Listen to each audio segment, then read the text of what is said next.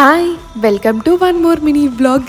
ఈ మధ్యలో నా లైఫ్ ఎంత హెక్టిక్ అయిపోయిందంటే వర్క్ లైఫ్ని, పర్సనల్ లైఫ్ని, యూట్యూబ్ని, వీడియో షూట్, ఎడిటింగ్, టైంకి వీడియోస్ని పోస్ట్ చేయడం, అసలు నాకంటూ ఒక 5 minutes టైం కూడా దొరకట్లే. అలా అయిపోయింది నా లైఫ్ ఈ మధ్యలో.